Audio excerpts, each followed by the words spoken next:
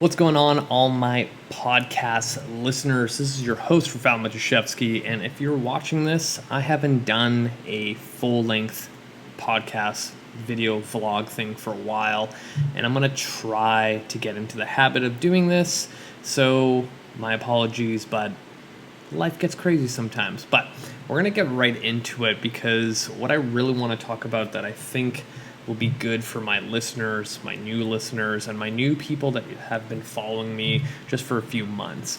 If you know anything that I do, you kind of probably get the gist that I'm this rehab, mobility, movement person.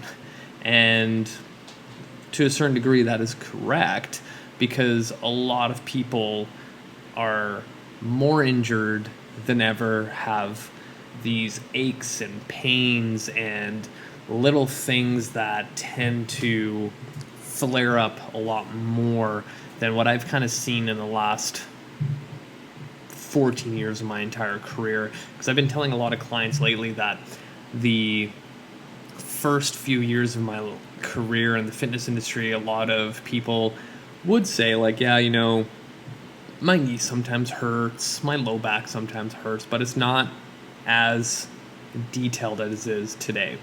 So every time I get a new client, they fill out this intake form and it is a laundry list of stuff from herniated discs, bulging discs, ACL reconstruction surgery, broken ankles, broken fingers, broken whatever thing that you can think of, torn rotator cuff, and the list can go on.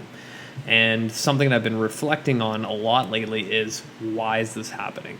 And I think, and I can be wrong, again, this is just my own personal opinion, but this is what I've been observing, is that a lot of people living in today's world, at least here in North America, is our environment is not designed for our body to thrive, especially after the whole lockdown of COVID.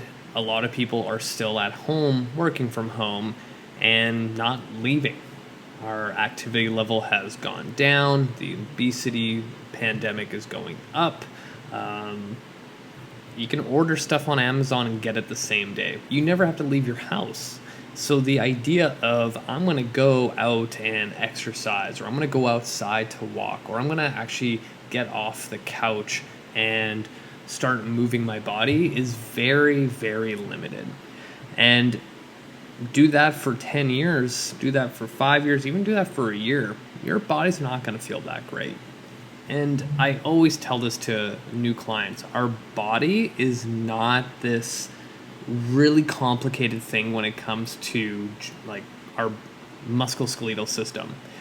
Once you stop moving, because if you really think about the design of our body, it's designed to move. If I take that ability away from my body, then bad things are going to happen. Joints are going to feel stiff, muscles are going to get tight, things are always not going to feel as smooth as they should. So if our inactivity is the leading cause to pain musculoskeletally, then the answer is quite simple: movement. Just move. And I get this question all the time. People always ask me, like, okay, what is the one thing that I should be doing all the time? And really simply, I'm like, just move your body. I don't even care what it is. I don't care what fitness modality you choose, if it's yoga, if it's CrossFit, if it's running, if it's freaking hip-hop dance classes you find on YouTube. I don't care. Just move your body. But what if there was some sort of specific thing that we should be doing to improve joint health? And that's Kinstretch. That is the topic of today. Let's dive deep in this because I get super excited to talk about Kinstretch and just movement and getting pain-free. So I stumbled upon Dr. Andrew Espina's work probably 8 or 9 years ago. Once I finally got certified as a functional range conditioning mobility specialist, or FRC for short. It really opened my eyes because all the modalities I was using beforehand when it came to mobility, corrective exercise, it kind of got to a point where my people weren't getting better. And I'm like, what the hell am I doing? I'm doing all my functional stuff. I'm doing these open book exercises over and over again, and nothing's really changing. So when I took my FRC, which is kind of the intro to Kinstretch really, I realized that no one really created a system on all the information available when it comes to research on movement and exercise and rehab. All of the information within the Kinstretch system is not new. It's not like Dr. Spina created new information. He literally just organized it better than anyone. And that's what I always tell the clients. That's what Kinstretch is. It's technically been around forever, if you really think about it, with all the information that they plugged into a system. It's just no one organized it. So when it comes to the hierarchy of training a human, I would say hands down that doing Kinstretch is priority number one. And this is what I explain to clients when I do an assessment with them, is that the moment you start training, you are focusing on the external stuff of your body. An example of that is I go to the gym and I'm going to do the workout that my friend does. They are doing bench press and bicep curls because it's chest and bis day, whatever. I don't care. You do that. After a few months, you hit a plateau and you're like, well, if 3 sets of 10 made me change a little bit, 4 sets of 10 is probably better. And then you see some progress, and then you realize, oh, I hit a plateau again. Well, the logical thing to do is let's go to 5 sets, and then 6. And then you start getting really sore and things aren't feeling that great, and out of nowhere you're like, now the front of my shoulder is hurting, this right here. And you go to physio, chiro, whatever therapist you decide to go see, and they give you some rehab exercises that are a bunch of isometrics and banded exercises. Your shoulder starts feeling better. Now you're going back to the gym, but because you got a little thing going on in your shoulder, you're gonna go, you know what, I'm gonna take it easy. I'm gonna start with 2 sets compared to the 6 or 7 or 8 or fucking 10. I don't care how many you were doing before. And then you slowly start building up, and now when you get to 5 sets of your bench press and bicep curls, your shoulder starts hurting again, and you're like, oh my god, not this again. You go back to physio and chiro, and now you're going to go back to the gym. You're going to go slow. You do 2 sets, and now on the 3rd set, you're like, what the hell? My freaking shoulder's hurting again. What the hell is this? A lot of times when I have clients come in, they tell me a very similar story to this. And all I really explain to them is 2 things.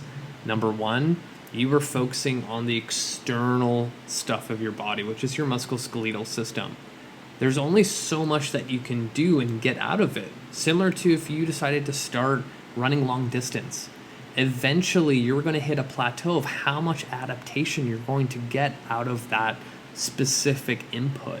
So really what you should be focusing on is on the stuff that you don't do, right? Makes sense.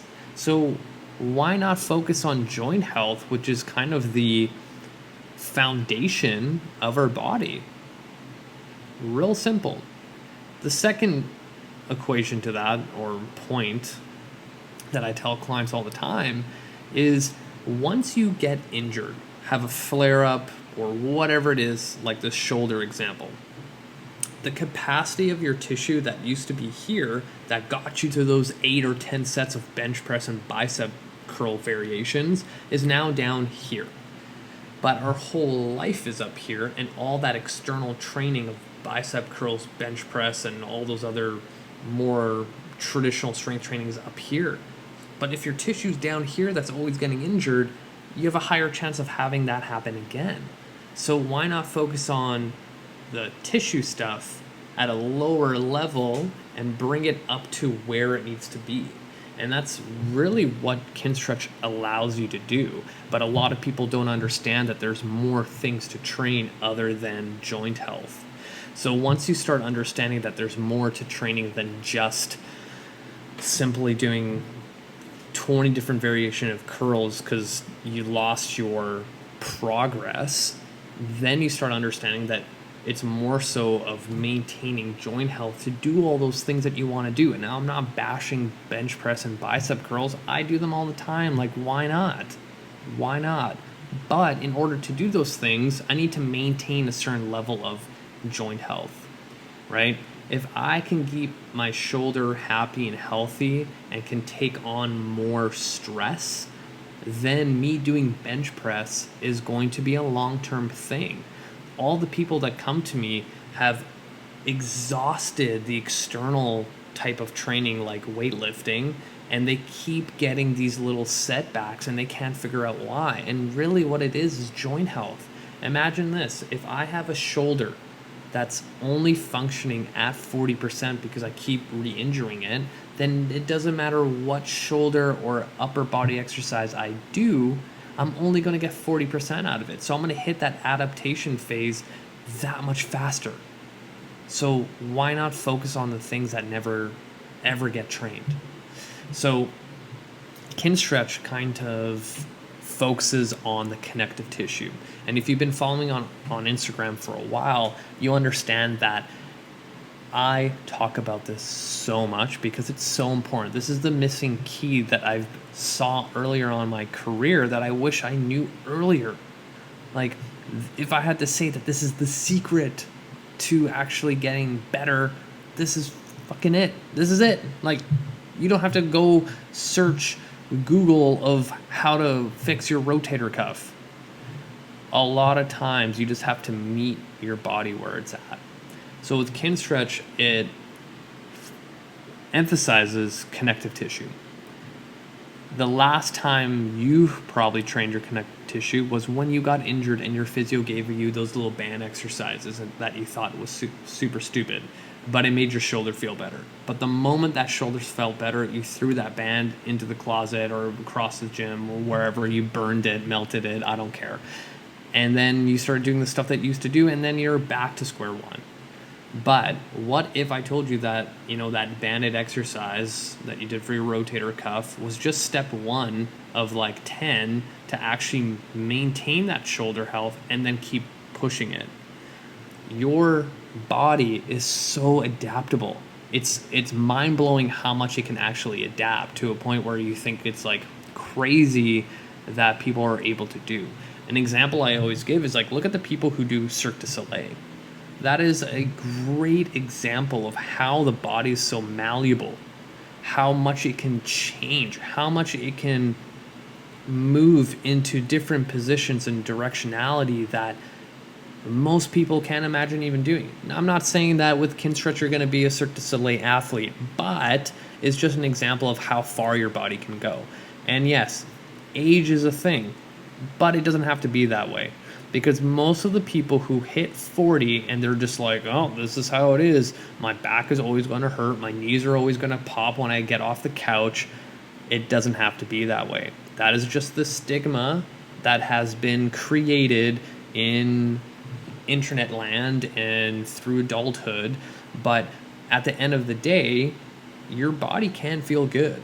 And what's really funny about this is since I've been spewing all this out, a lot of people have messaged me or commented on my post and it was like, oh, that's really rich coming from a 23-year-old. And I'm like, number one, it's very kind of you thinking that I look 23. Maybe add another 10 years to that. But the fact that I'm moving closer to that needle of 40, my goal is to continually showcase how good a body can feel into the 40s. And there's some Kinstretch instructors that are older than 40 that I know personally, and they move so much better than I do and can lift so much more than I can. And they're walking around like nothing hurts. So, a little tangent, but Kinstretch allows you to improve that connective tissue, because when you look at the hierarchy of movement, how does movement get even created? These are the questions that you should be asking. Your brain thinks of the movement. It sends a signal not to the muscle to do the movement. It goes to the joint capsule. So in our shoulder example, my brain sends a signal that this shoulder is supposed to do this thing for bench press. Then that joint innervates with the nerves into the muscles involved to do the motion. So if you think about it, if I can actually train this capsule tissue and make it function better, then it would be stupid not to do it. But for some reason, all these people are like, I'm just going to stress the crap out of my pecs with 20 different variations of pressing, because I'm going to go on the seated pressing machine like this, and then the next set I'm going to go with the one that's a little higher, and then next set I'm going to go with the one that's even higher, and just keep doing all these different variations until something goes. And once you start understanding that this is the key in making your joints feel better, and in a month, I've literally seen people in a month, and I've made my last quick podcast that a lot of people who've come to me, I tell them to come see me 1 day a week, and then I give them homework, which is their CARS routine. And after a month, every time a client comes in, the number one question I always ask them is like, oh, how's the body feeling today? Usually after that 1 month mark, they go, pretty good. Like, they're surprised that they feel that good. And they're like, what the hell is this? Like, all we're doing is joint circles, aka CARS, and doing these isometric contractions and trying to lift my ankle off the ground, and it doesn't come off, and it's really hard, and for some reason I feel better. One of the main components of Kinstretch is working on active range control. Once you have active range of your entire body, sky's the limit. And then when you really start thinking about where injury happens, it happens at your end range. Like, your elbow is not going to strain if I'm kind of keeping it here. It's going to happen if I go into extension like this, and there's a force that takes me even further into extension, and then my tendons and ligaments can't take that force, and they fall apart. What I'm trying to get at is a lot of people are spending too much time on one thing when it comes to training, and they're not spending time on movement. Movement in the sense of working through the ranges that you never work. So an example I always give is, like, when I do shoulder CARS, going back here behind me into internal rotation into extension is a movement that most people don't ever do. The only time that people probably go back here is when they're driving and they're trying to grab something from the back seat, and then they end up pulling their neck because they've never trained here, and your nervous system's like, what the hell is this? But if my brain doesn't understand anything back here, the chances of me being successful in those positions are very low. So why not train those things that I don't ever train? Even if you think of the external world of strength and conditioning, most people avoid the exercises that are tough. Like, if you're doing a Bulgarian split squat, like, everyone knows that's really hard. So if you had a choice of doing that or just like barbell back squats, which one is someone's going to choose? Probably the squats, because it's easier. People hate walking lunges. So if you had a choice of doing walking lunges or, like, I don't know, glute bridges, you'd probably pick glute bridges. It's the same concept. Work on the things that you're terrible at, because that's the lowest hanging fruit, the most untrained thing, right? But eventually that will get better, and then you can go challenge other things. So I'm going to leave it there. Hopefully I didn't ramble too much, but it just, feeling better is not that difficult. But people make fitness in general overly complicated. It doesn't have to be that way. I'm going to leave it there. Hopefully this kind of gave you some insights, some information. If you want to learn more, leave a comment, message me, add me on Facebook, Instagram, LinkedIn, TikTok, YouTube, and be like, hey, my shoulder hurts. Where should I start? Well, best place to start, really, is either contacting me to do some online training or signing up to my online Kinstretch platform. Easiest things to do. If you want to see true change and you're like somewhere in Asia, Australia, wherever it is, and you can't physically see me in person, those online options are great. You're going to get a lot more than just downloading a generic program online and following it. And hopefully that's what's going to make you feel better. That's it from you guys. Till next time. Thank you. Love you guys.